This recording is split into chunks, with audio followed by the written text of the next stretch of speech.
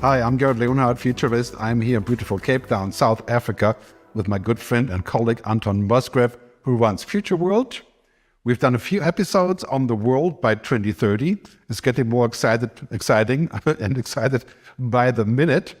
We have a great topic today to talk about artificial intelligence, the future of work and jobs, and it's not as dark as it sounds.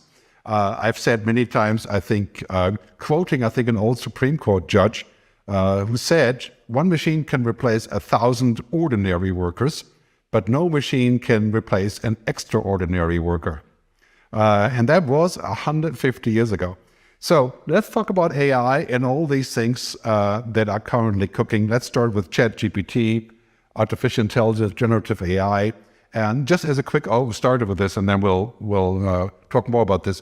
There's been a great moment in AI, and this has been going on really for 20 or 30 years. Correct.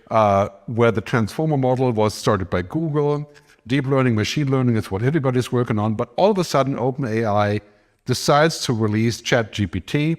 I think it was 3.0. Now it's going to be 4.0 very soon, to the public, more or less, to basically create a Sputnik moment. And I think OpenAI was fully aware of this, that it wouldn't work in most cases, or it wouldn't really produce long-term results, but they decided to jump the gun to create the sort of race to the moon. You know, you could say that basically OpenAI is like Sputnik, and Google and Microsoft are kind of trying to land on the moon. Great. That's how I look at it. But what's your take on ChatGPT, generative AI? Well, I think, good. Firstly, it's amusement at the paranoia, at the panic, at the amazement, if you like. I mean, is it interesting, exciting? Absolutely.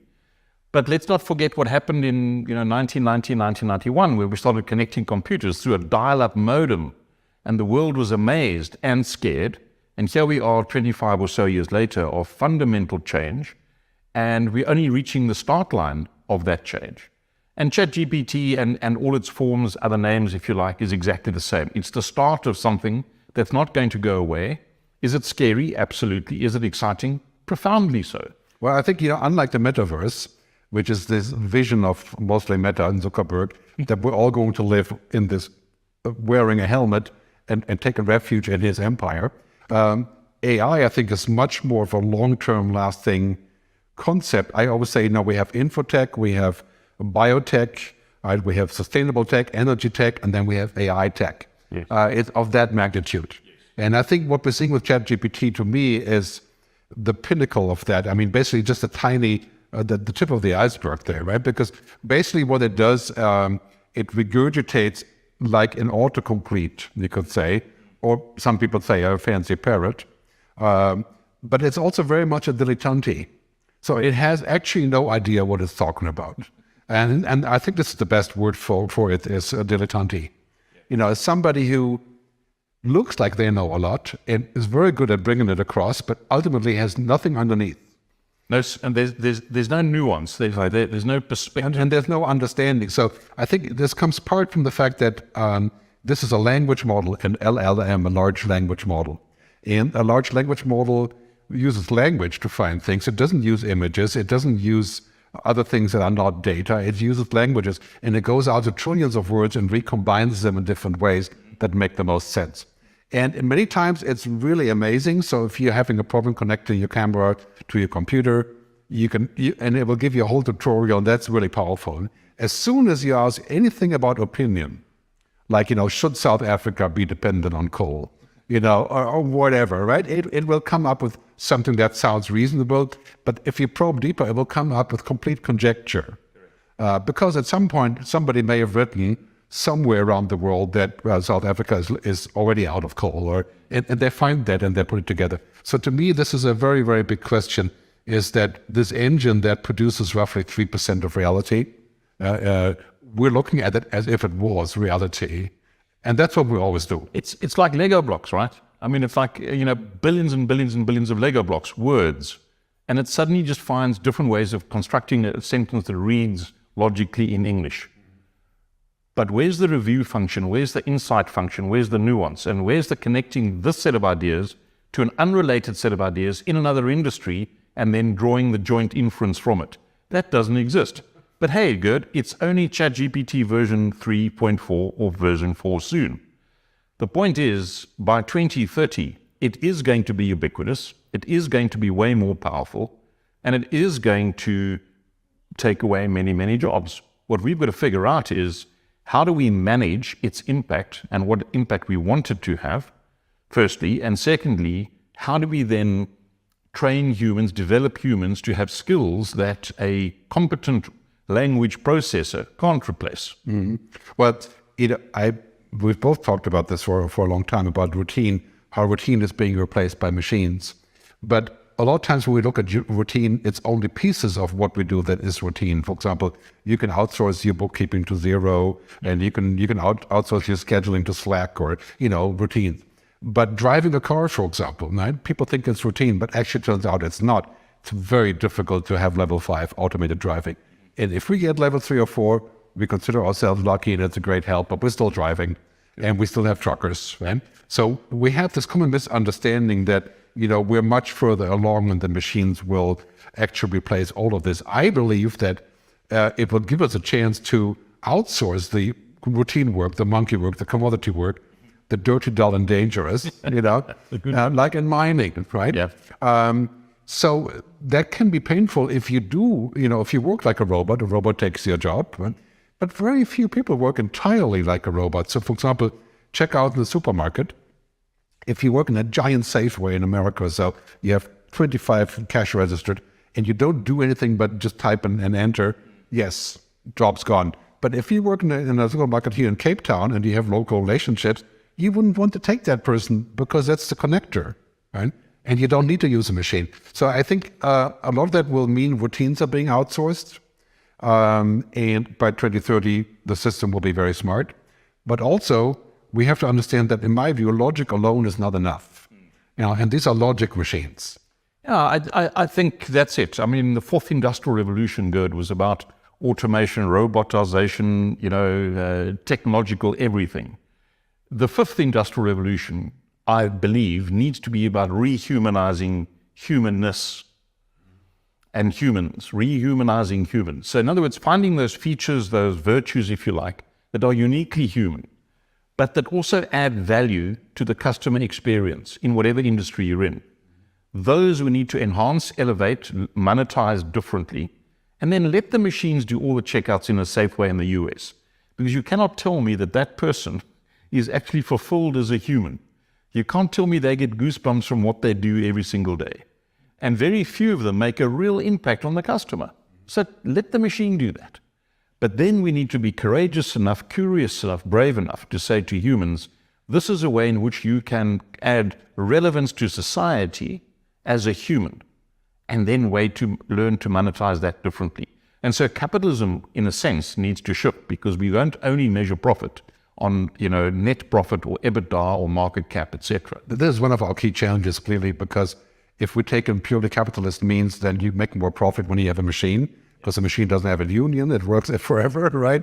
You make more profit, but there is a societal component. So when we're moving into a larger view of what we want, people, planet, purpose, prosperity, not just prosperity, then this becomes a situation where you say, okay, so we have all these machines doing commodity work, we have more productivity. What we have now is more productivity, but declining wages, and declining jobs. And that's because of our policy. It's not because of technology. Absolutely right? Correct. And so we need to fix that problem and say, if we have declining productivity, we have more money, then some of that money needs to go into a pool to redo work for the others. For example, I think we should have more healthcare workers, more social work, more people that get paid to have children, which is important, I think, in a free society. In all of these things, it has to be more equal. And that is the true problem behind AI, because AI will show us that routine work can be outsourced. Mm-hmm. Thus, I only work 2 hours a day, and my boss will say, 2 hours a day, I can get somebody to be 4 times 2 hours, and I fire 3 people. Right? Yes. But I think what will also start shifting in the world is what we deem valuable. So an automated process will attract less and less of a premium as it becomes ultimately commoditized. So what then becomes valuable? It's those things that are scarce. In the world today, full of smart machines, what becomes more scarce is empathy, insight, curiosity, innovation, critical thinking, etc. But the question is, how do we then monetize those differently? And I think the consequence will be that there are going to be millions of people that simply can't climb that ladder, perhaps. And so a global universal minimum wage, whether it's that we tax the robots or whatever it is, but I think we're going to have to face up to that. Having said that, though, and we're scared about the millions of jobs that AI is going to take away, but we haven't yet had the debate and explored how many more millions will be created in the industries you've spoken about, the care industries, for example, the career advisory industries, and so forth, the personal strategy industries. And so brand new industries that will exist that will fill a huge part of that gap, but not all of that gap. Well, if the end of routine, as I call it, if that's not the end of work, then we have to shift our education and our planning into the things that are not routine. And that includes everything that's human. So negotiation, caretaking, complicated manual jobs, complicated intellectual jobs, but things with a judgment and on, right? And what we currently are doing is, for example, in India, we're producing 1.2 million engineers per year. That's right. And a lot of those engineers will end up doing the jobs that machines can do, which is how to figure out how to print a 3D house or how to lay a bridge across a river, and then make a $300 a month, and the machines will take their job, right? And so we're barking up the wrong tree by competing with machines. There's no question about the commodity work. Absolutely correct. I think that's an absolute given. And I think that, when you look at all of these jobs and what graduates are we producing for those jobs today in 2023, by 2030, we must have changed the entire global education system away from subject matter in grades, and every grade progresses at the speed of the slowest person in the grade. Those days are over. So the impact of AI in education, for example, as we merge education with AI, individual pupils will learn at their own natural rate, whether that's fast or slow, and you won't be one of 25 in a class that's graded simultaneously. But we're also then going to give these new kids new skills. So the skills to think, for example, of a systems theory, critical thinking skills. How do you identify fake news, fake GPT output, or stupid GPT output from real? That's the other thing that's happening here. As the question is, what is real and what is valuable, right? For example, you can say, you like DALL-E, so you buy a perfect replica that could be done by a fake DALL-E artist, or just print it, and you're perfectly happy with that because it looks great, but it's not real, and the person that shells out $100 million for the real DALL-E knows the difference, but it looks the same. And let that be the case. Right? If someone wants to pay part of the money, part of the money. And I think that is something that we have to also maintain by saying, okay, the real journalist is going to be more expensive, but because that work is real, is not a copy, right? And therein lies a very big difference. I think this is going to become apparent when we have a lot more AI writing books and stuff. They are like fast food. And some people are fine with fast food, and some of it tastes okay, but you still know that it's probably not the best food you can eat, and people have it, and it's a choice, right? But really what we want is real food, yeah?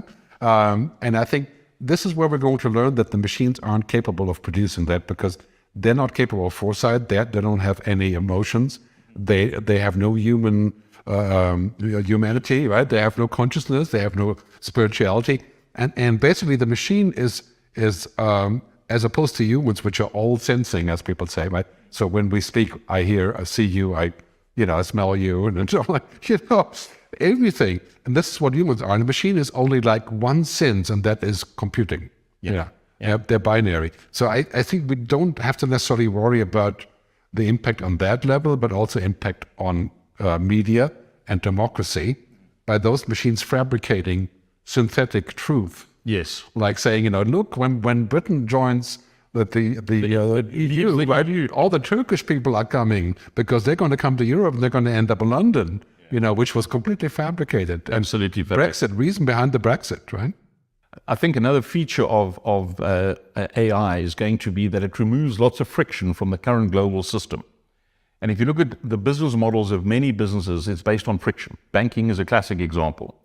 So it started with the internet that started accelerating speed and removing some friction. But there's still a black box in much of banking, asset management, currency trading, commodity trading, etc.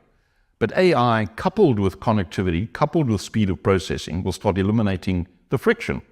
And of course, the moment you remove friction, the business model changes. And so companies are going to have to reimagine, again, what is valuable in the eyes of a customer. Well, take a call center, right?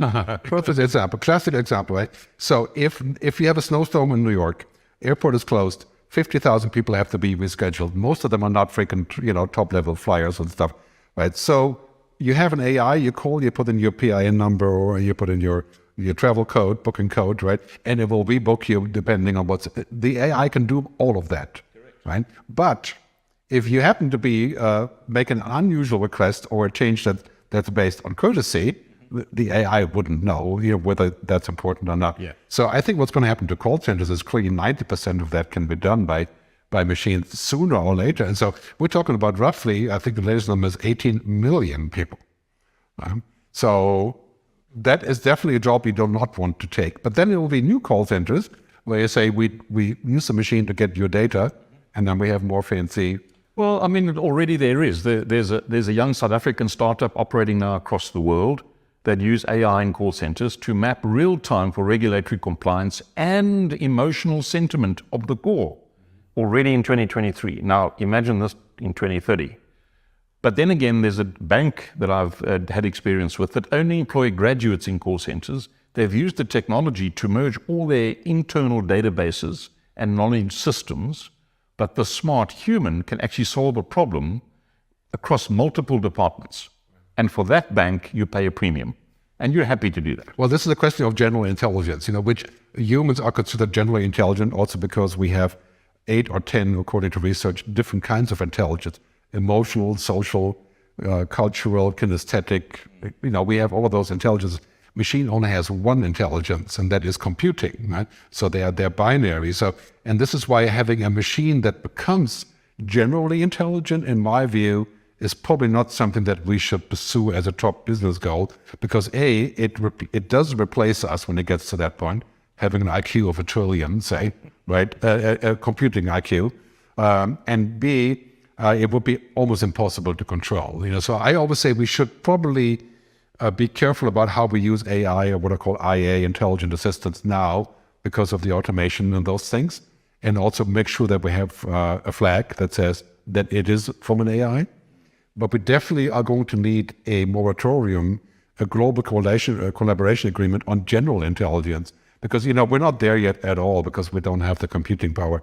But if we're going to have a machine that's generally intelligent like us, it will very likely be, going through the steps of evolution very quickly. I mean, Elon Musk thinks we're living in a simulation already. Right. So, this is a very big issue. So we need to think about if we can collaborate across the world, and I think this is primarily Europe, US, and China, of course, to figure out if we can control a general intelligence in such a way that it becomes a force for good. Well, put it this way. I think if humans don't find a way of making the virtues of being human valuable, then we have a 20, maybe 30-year window, Gerd, and then I think it's over for humanity. I mean, let's be honest. Humans haven't covered ourselves in glory. Here we are tonight in 2023, and 3 billion people go to bed hungry. The system is not giving 9 or 10 billion people a fair hope that tomorrow will be better than today. And when we can't solve for that, and AI is one of those big issues. And of course, the next question is, who do we trust to solve for these things? I wouldn't trust the UN. I'm not sure I would trust the World Bank. And, who do we trust with these big decisions? And how do we remove the vested interests, the Zuckerberg Meta kind of influence over this conversation? Yeah, and this is a very big question. I think that with technology like this, exponential technology, we need to always keep the human in the loop for the time being, even if it's slower or more cumbersome. So I think Microsoft has done the right thing with by sort of castrating a little bit of its functionality and making it more manageable, or it just says, no, I can't go any further. But that's because of Satya Nadella and his humanness. Probably. Yeah. Look how he turned that organization around, and it was based on culture and humanness and servant leadership. And so he has this benevolent patriarchal view over the power of the AI. But what if it's not him? Remains to be seen if that keeps intact when there's trillions of dollars waiting on the other side of the inhuman behavior. But I do trust that they will find a way forward. But generally, I think keeping the human in the loop is for me is the ultimate for now. But also in the long run, because the question of control is not right now. Control means, for example, that you can distinguish truth or non-truth, and that needs to be regulated clearly in social media. I mean, imagine if you have an AI in social media that can Twitter every 4 seconds about the next president of South Africa and pollute the entire network of fake things and videos and all the very good things. I mean, let's not always see the negative side of it. Right? Yeah, but of course it doesn't sell. So the bad things go like 6 to 8 times as fast, right? So that's why we have them. So having a story like the Brexit Turkey EU story goes fast because it's fear. And I think generally speaking, we have way too much fear about the future when it's about AI. We should have caution and precaution to make sure that we can use it in the right way. But when we have fear about any of these possibilities, then we tend to demonize it or the reverse, anthropomorphize. So we think, oh, ChatGPT is my friend, like Replica, this app, right? Or, this is my artificial friend. Or, the AI should know better when it's about criminal justice. Well, it's like a movie having a romance with its operating system. Right, the movie Her, right? And all these things. And we're a little bit polluted by what we see on television when it's about AI, because the robots are coming, they take our work, and then they harvest our bodies for energy, right? And they take over. And we have to let go of that kind of idea and say, okay, we can use that for many, many things, but we're going to need a framework. And for example, I am a strong proponent of saying we should have a flag. Every time you produce content that's done by the machine, you have to have a flag. Or have a human endorsement. And I think on that point for me, often in these very complex and important conversations, Gerd, we lose perspective on the essence of business. It's that moment, it's a moment when someone with a need meets someone with the ability to supply and they agree on terms and price. That moment is business. And what we need to say to ourselves is, how do we utilize all the technologies, including AI, to facilitate that? But how do we then close out that transaction with a moment of human magic? Yes. And only humans can do that, even if it's all the processing power up to that moment, whether it's the handshake, the pat on the shoulder, the smile, or the human insight, the comment that really leaves a person with a sense of, I'm dealing with someone that I can relate to, identify with, and that can excite me about the transaction. That's the magic of business. Yeah. Everything else is just part of the process. I'm a little bit worried about this AI thing becoming like social media, where initially we were very excited about it. It was very magical, connecting with others, publishing your own stories, putting up your own images, and it became magic that we could do that and blog, and then it became regurgitation of other things, and then it became a game that we played, like I'm the biggest Instagram whatever, makeup girl, influencer, whatever, and then it became a toxic thing to where you would read all the wrong things and the people would kill themselves as to what they see. I mean, I think Instagram and other of these platforms have a lot to answer for in terms of the social ills amongst young people. But it went from I always say magic to manic to toxic. Yep. And the same could happen with AI, and that would be the end of life as we know it. If we move from the magic part of this technology to manic, which means that we can't get out of bed without it, and then toxic would be polluting who we are and changing who we are. And this is a real issue also with democracy. How am I going to find an opinion when I ask my chatbot who to vote for? It would say, well, I know everything about you, and it would basically do the voting for me even without asking me. And I think that is removing our human authority of decision making. And I think that is probably where we should wrap up the conversation, because it's that human authority. And I think from a business perspective, in the boardroom, leaders need to have enough knowledge to have a sensible conversation. It's 2030. AI hasn't died. I think we're on ChatGPT 20 now, if I remember correctly. So the issue is, how do we equip ourselves with the knowledge to harness it, to use it, to manage it, to deliver the outcomes we want for our human customers, clients, and colleagues? How do we allocate capital in the boardroom between technology infrastructure? I mean, in 2023, there's still banks that spend money maintaining COBOL mainframes. I mean, it's an insanity. Right? Well, I always say, we should invest as much money in humanity as we invest in technology. Because that is the key to having a good future that we can make together.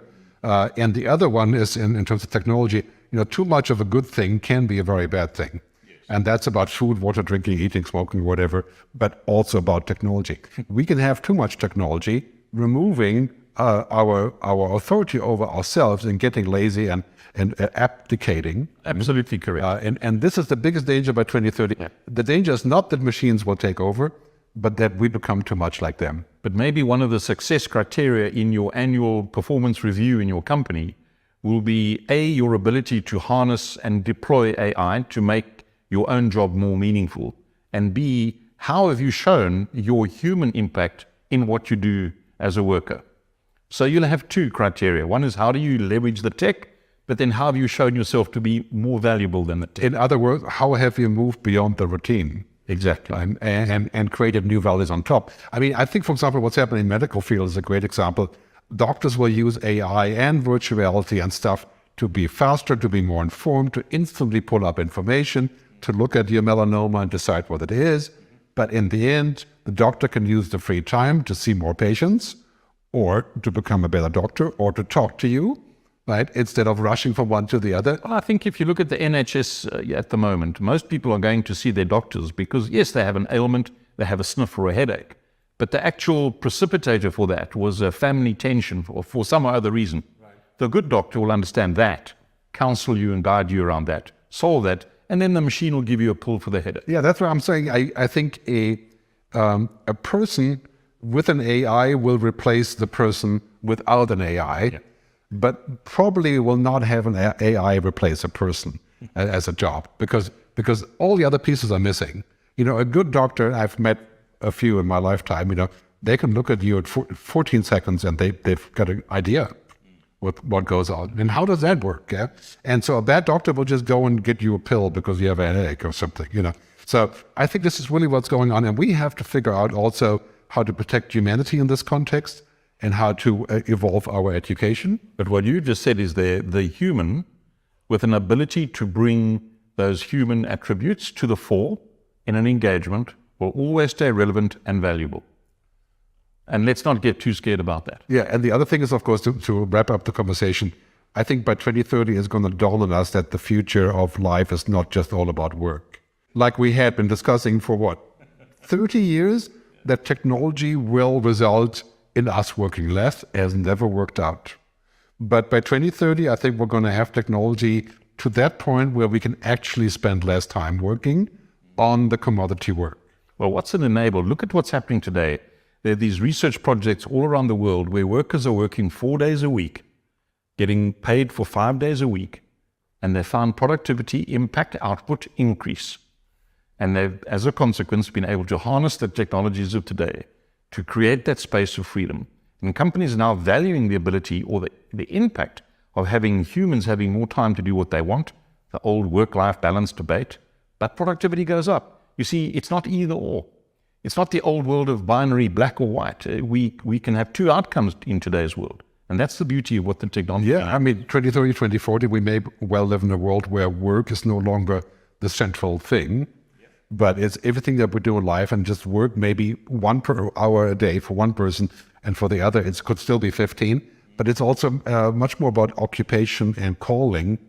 And especially, I think, looking at the people who do menial work and less sort of intellectual work, a lot of that work will be generated by all the things that are being freed up. Good. There's a lovely story in Europe where a government is actually funding the education for young people on condition they live in a facility of old people and spend an hour a day with the old people. And you see, here's the economic model. The reduced cost on the state of healthcare for the old people when they engage with young people is greater than the education cost of the young people. So it still boils down to euros and cents, but it's a different way of thinking about the economic model. And suddenly, the value of being just a human with an old person reading them a story is now translated into euros. So there's an economic model that works, but it's different. And I think we're going to explore by 2030 many new of these economic models. That's a great way to wrap up the session, Anton. Thanks very much for tuning in. This is Anton Musgrave and Gerd Leonhardt in Cape Town, South Africa. with our show on the world by 2030. Thanks for tuning in. Hello, everybody. It's a great pleasure to be with you here. We're actually live in real time. I'm in Zurich, Switzerland, and Anton is in India and the Himalayas. Tell us where you are, Anton. Can you hear us? Yes. You have to unmute yourself. There we go. I think it's get a bit confusing when you're up in the Himalayas. The air is thin up here. I forgot to unmute. Well, it's really great to be with you again. And, we recorded this in Cape Town. And since then, there have been a bunch of interesting developments on this whole discussion about work and jobs. But before we go there, I just want to show you who's actually the audience, who's actually there. These guys are kind of taken over from Anton and Gerd. And we use an app called Runway Machine Learning that does these beautiful animations about, one of my favorites is this one, really. It's very soft and fuzzy, kind of like us in a way, you would say. And then we have more interesting ones like the space one. So anyway, this is what AI can do. So I just wanted to show you how we actually can use that for ourselves. I don't know if that looks better than real life, but it looks different. So let's get some questions and comments. I think people out there, millions of people are queuing up for our audience and questions. I just published a Twitter poll while we were talking, asking people to tell me if ChatGPT and generative AI will finally cause technological unemployment. And this Twitter poll, I think 10 people have replied so far. 33% said, no, it's still too dumb. And 22 have said, yes, I'm worried. And 45% of 10, that's 4.5 people, said, absolutely, we're here now, as in technological unemployment. So what's your take on that, Anton? Do you have a reply on that? Look, I think in the immediate term, lots of people are experimenting with it. Lots of people are doing some really bad work using it, and some are doing some good work using it. So in the short term, I think there will be technological displacement, but I think it's in a period of adjustment as humans begin to understand what it can do effectively and efficiently, and then what we need to do overlaying that creates the real deep value. So I think it's temporary. I think some of the research that I've been reading suggests that the use of AI, GPT, etc., can augment global economic performance, increase it by a factor of 7%, which means in the US, maybe 1.5% added to the annual GDP, if that's still a good measure, but that's another debate. So I don't think on a medium to longer term view, the news is as scary as it is right now. It's caught us off guard. We're ill prepared for it. And the sudden rush of commentary and panic is entirely natural, I believe. Well, I mean, if we looked at promises in the past, like the self-driving car, Elon's promise of the actual level 5 self-driving car, we don't have that. We have it kind of Waymo and Palo Alto, San Francisco, but by and large, you don't see that anywhere. You see a lot of assisted driving, but level 4 or 5 has been unreached, at least on a sort of larger level. If it's going to be the same here, then I would say basically what we're going to see is a lot of routines will change because, for example, call centers, I think if you are really doing the sort of commodity work of call centers, 30 million people work in the call center business around the world. Many of those jobs will change forever. That is a certainty in my view. For example, in India or in Eastern Europe, where basically commoditized calls are being handled. When that is changing, then I think we'll be able to take the next step and figure out what exactly are we going to do with the benefits of this. For example, language recognition is still a major problem in call centers. So if you speak slowly and as clearly as possible, I think it will work with the machine, but many times the machine does not know the difference between say 4, the number, and 4, the oven, and 4, other versions of 4. So it's still very early, kind of like the self-driving cars, in my view. We're going to see a lot of initial replacement of tasks, but not of actual jobs, I don't think, and not for some time. Yeah. Shall we jump to one of the questions? Yeah. Yeah. Okay, Chris, I think there was.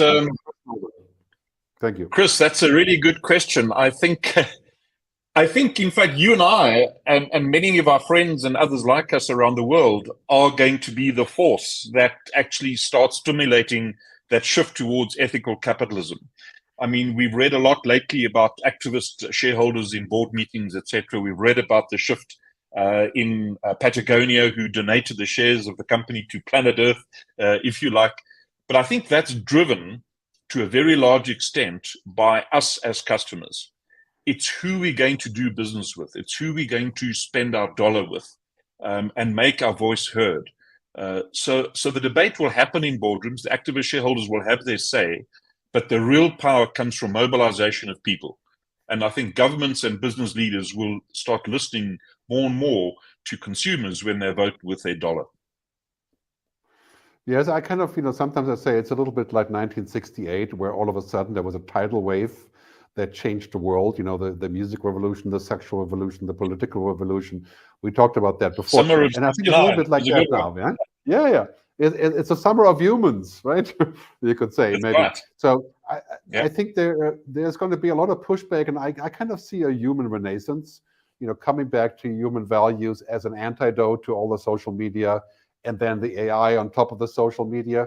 And I see a lot of people asking really tough questions about this.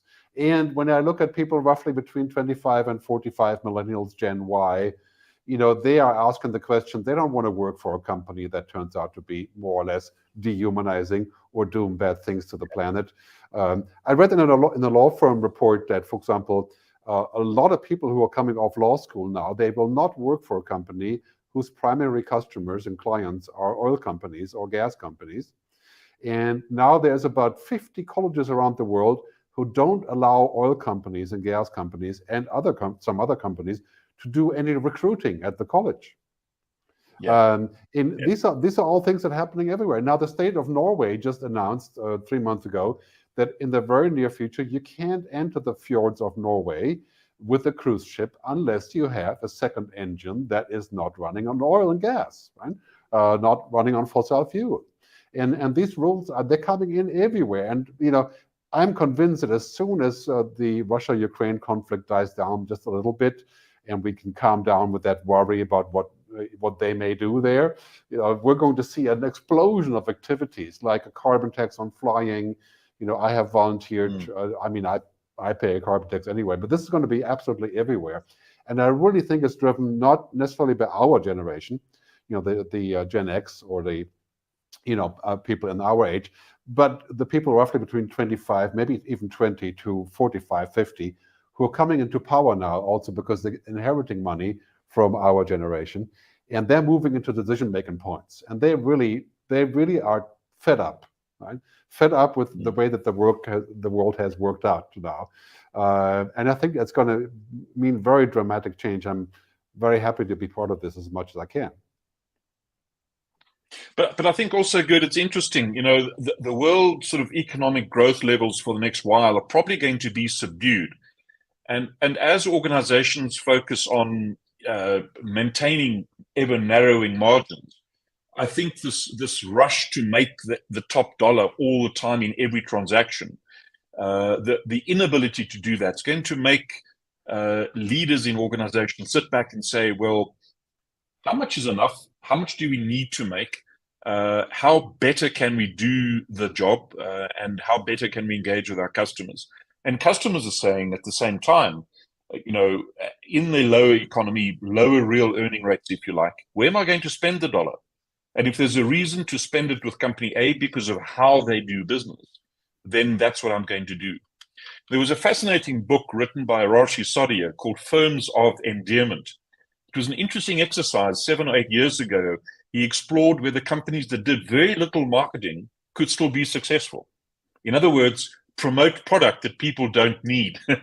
And what he discovered was a vast array of firms around the world across industries that, despite spending a fraction of the typical marketing dollar, they still made higher profit. They paid their staff better salaries. They paid their suppliers on way better terms. I mean, it's unconscionable that in 2023, some of the multinationals are taking 120 days to pay suppliers. It's crazy, right?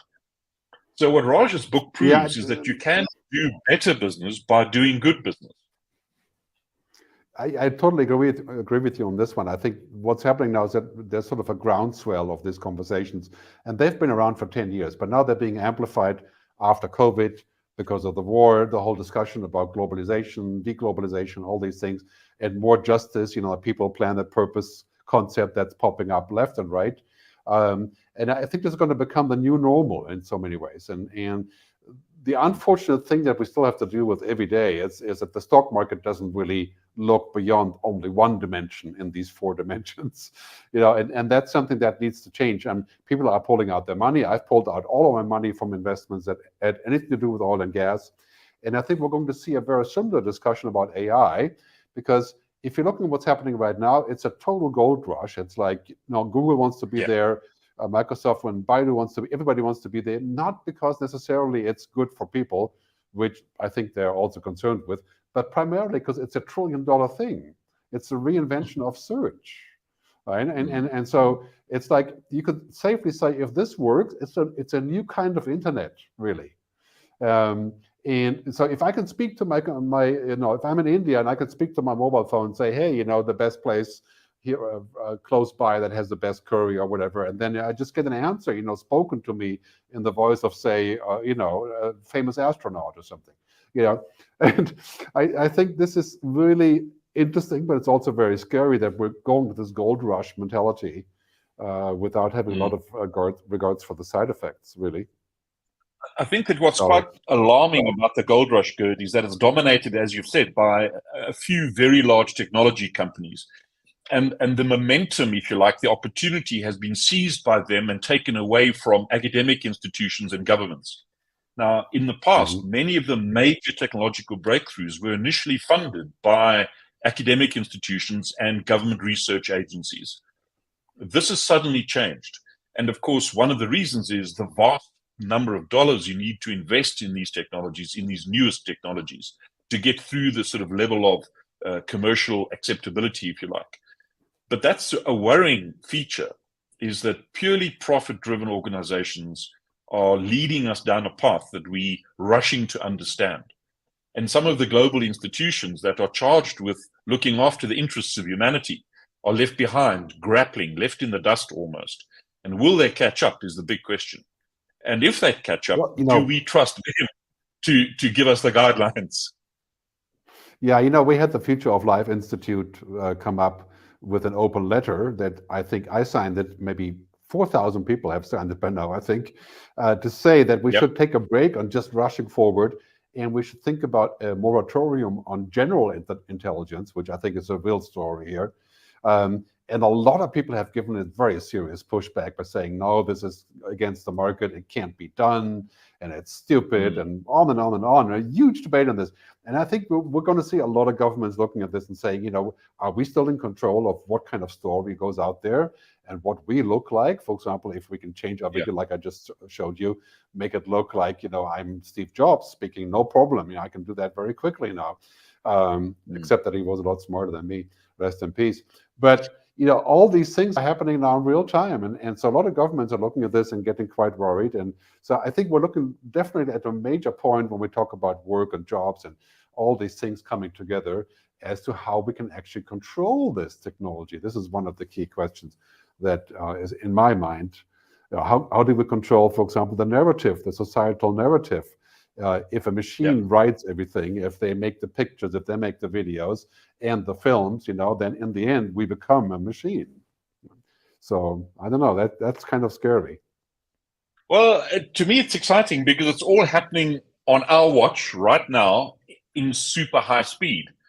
To me, that's a huge opportunity for thought leaders around the world to stand up, be counted, make their voices heard. But it's Oh, are you still there?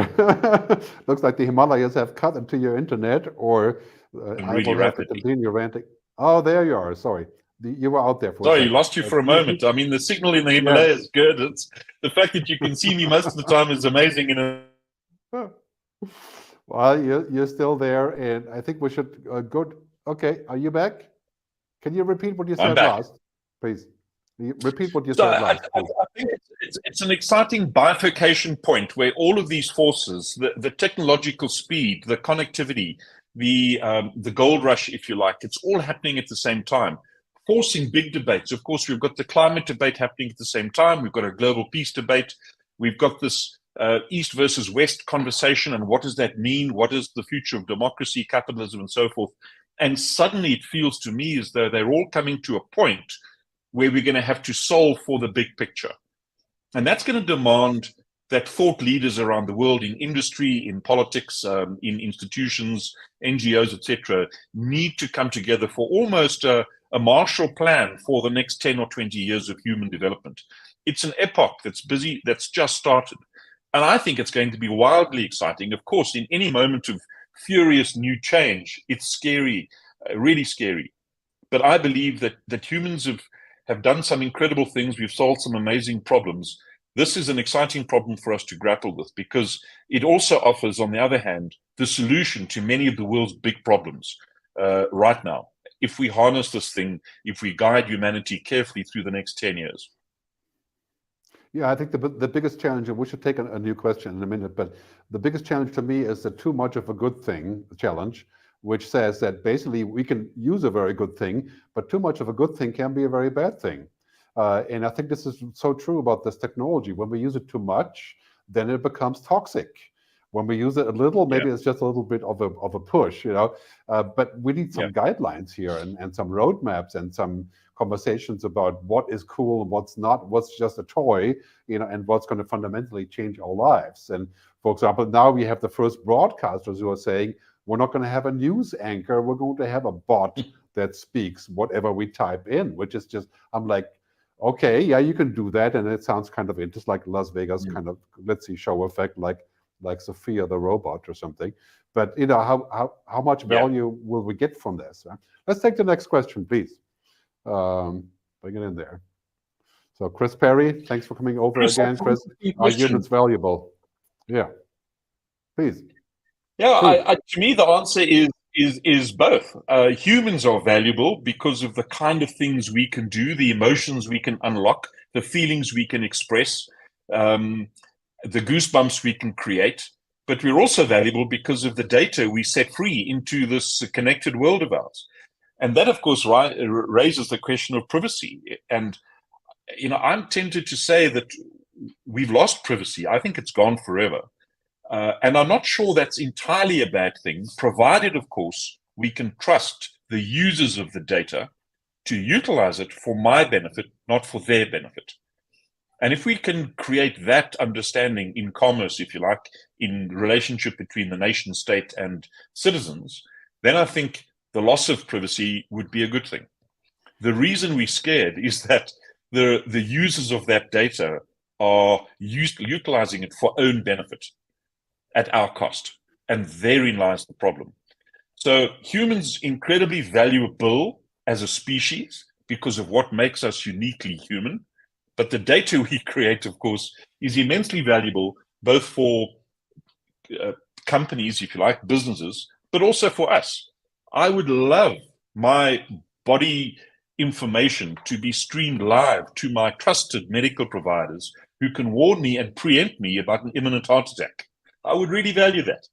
I would love a world where the sensor in my shirt is talking to the sensor in my Apple Watch and to the sensor in my sole of my shoes and can calculate the risk of an imminent thrombosis and notify the paramedics before it's too late. I'd pay a fortune for that. But don't try and sell me some medication, some tablet that I don't really need just because my data suggests through a lesser number of data points that you could sell it to me. And therein is the problem. Well, you know, there have been a lot of theories around this, including Yuval Harari's idea of organisms are algorithms, right? And that we are essentially algorithms, you know, that we are data, but very complicated data. And I think, you know, I don't know if that's true or not. I think if it is, that we're still very far away from understanding that data. However, I think the difference is that what we call data today is binary in computers. It's zeros and ones. And that's what computers do today.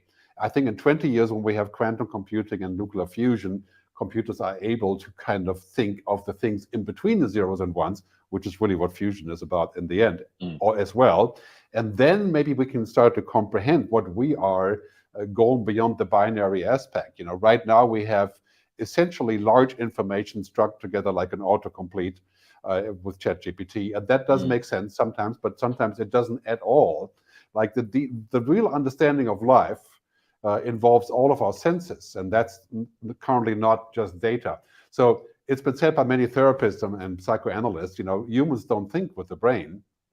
We think with everything that we have. And we don't have a left brain and a right brain and switch back and forth like a machine. And when you think of your wife, you don't go back to your brain and pick a JPEG. It's holistic, and it's plastic and constantly changing. And this is very, very difficult, if not impossible, for humans. This is what we call, for machines, this is what we call human agency and consciousness, where we are in a space that goes beyond the computing. And if that can be called computing in 30 years, maybe that is a possibility. But I think at this point, the data that we create is, in any case, just kind of an exhaust in so many ways that we put out there. And it's valuable, but our real value, of course, lies somewhere else. And I think this is an interesting discussion when we talk about AI, whether AI is conscious or not. And the real issue, I watched a bunch of stuff from Judkowsky, the scientist, the AI scientist on YouTube, on Lex Friedman's show. And he basically said, which I agree with, is that we don't really know what goes on inside of this generative AI with 1 trillion data feeds. We have no idea what actually goes on inside of this mechanism. And that is, I think, the most dangerous thing, because we may ultimately find that there's something that has already happened that we are not aware of. And if it's out in public, whatever it will choose to do, that we don't have any understanding what actually is inside. I think that is a major concern I have.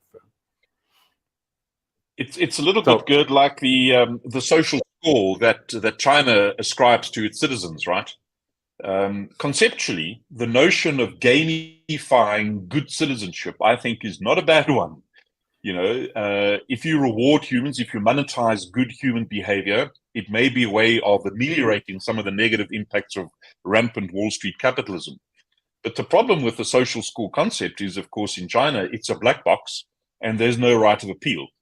So we don't understand how you get the good score or how you earn the bad score. And so, this is kind of, I think, many things that Marx and Engels have said about communism or Marxism were in principle positive ideas and thinking, but the reality behind it was the conversion didn't quite happen, right? And if you look at some of those principles of sustainable capitalism, they're actually very close to this. And this is why we said in the last show, we really should get rid of these words: communism, socialism, capitalism. Right. What we need is a future fit way of thinking. And that will require a lot of economic reform.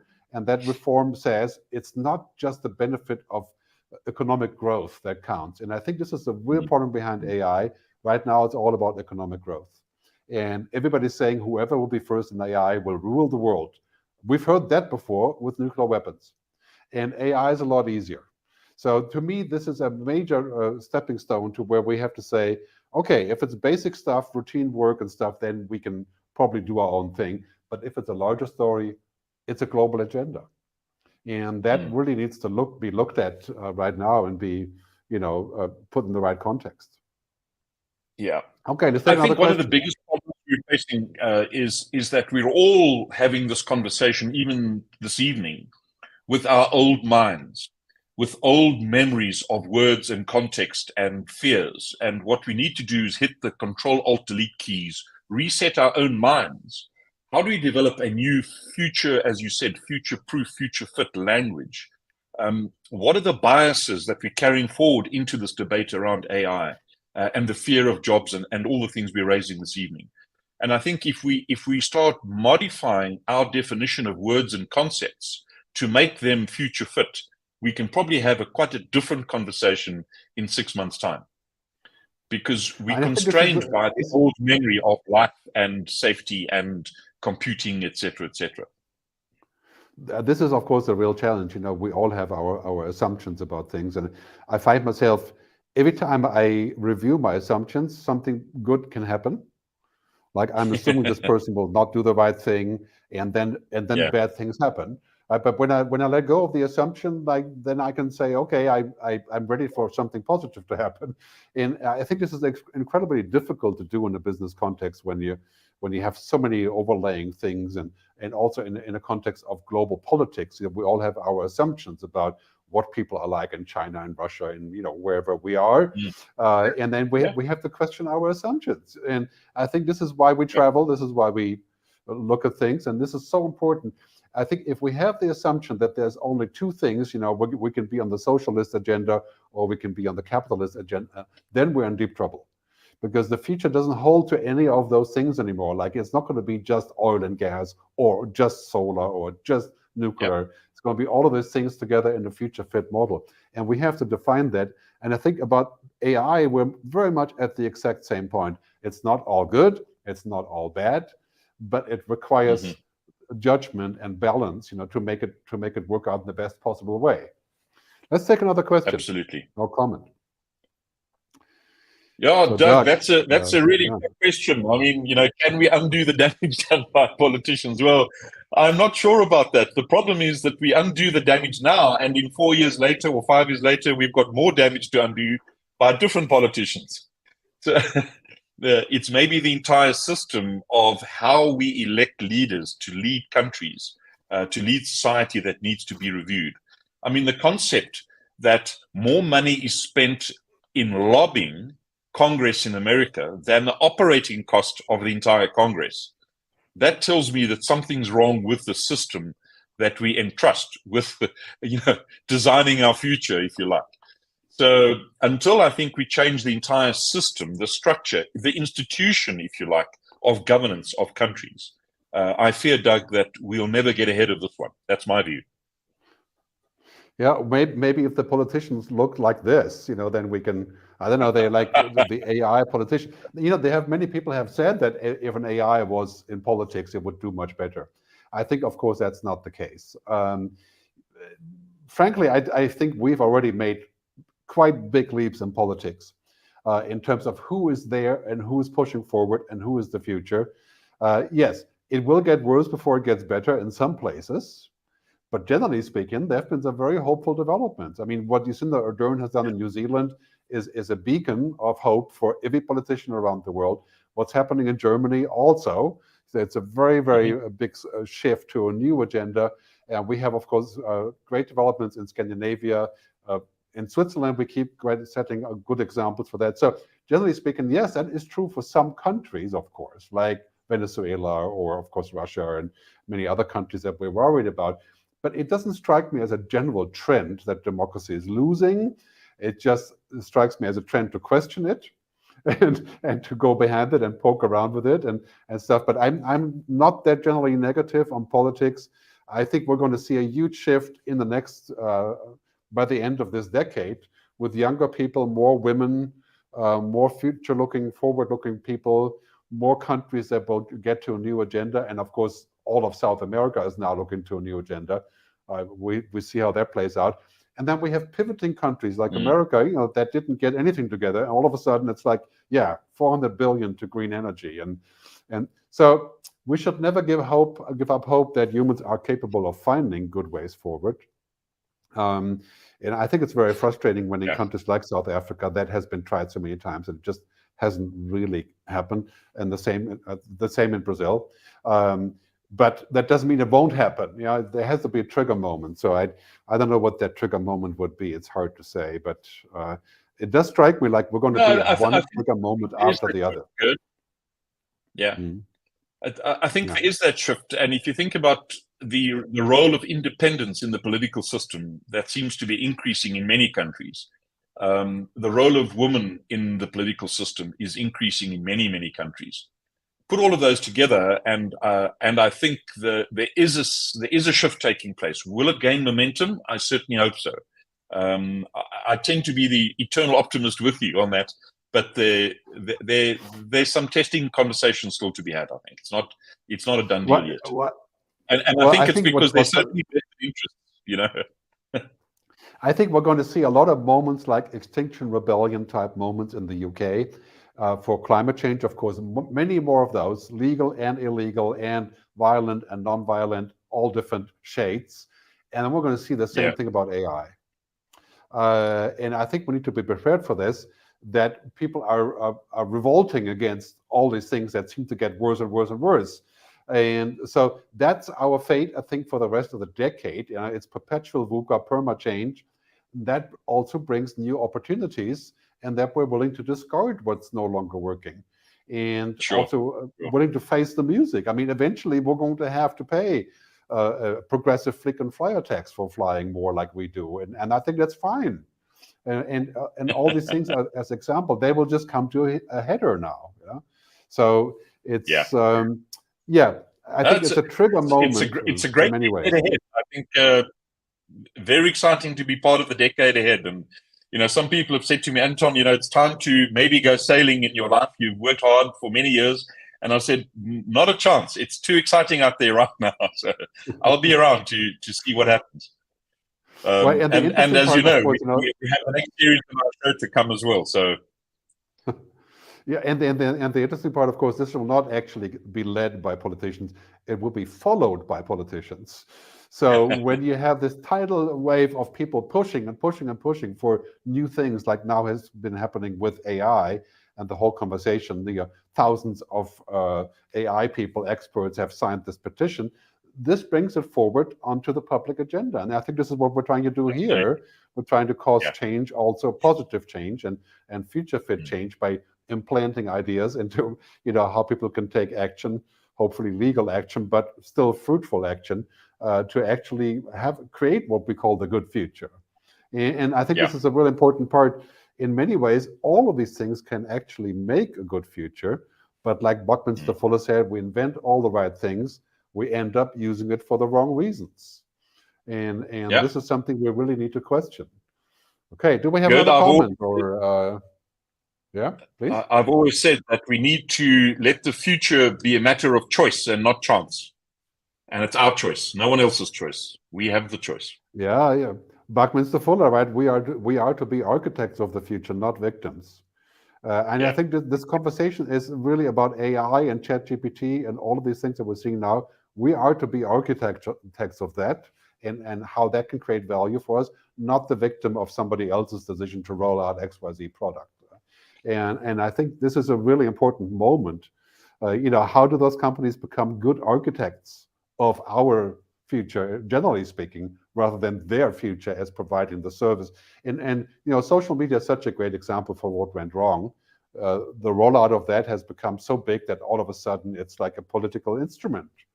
And it's creating all these things that are fake and creating bad narratives. We don't want that to happen to AI. It could be 100x as bad as what happened to social media. So we need to have a good look and debate and decide together what the standards are, right? So another question here.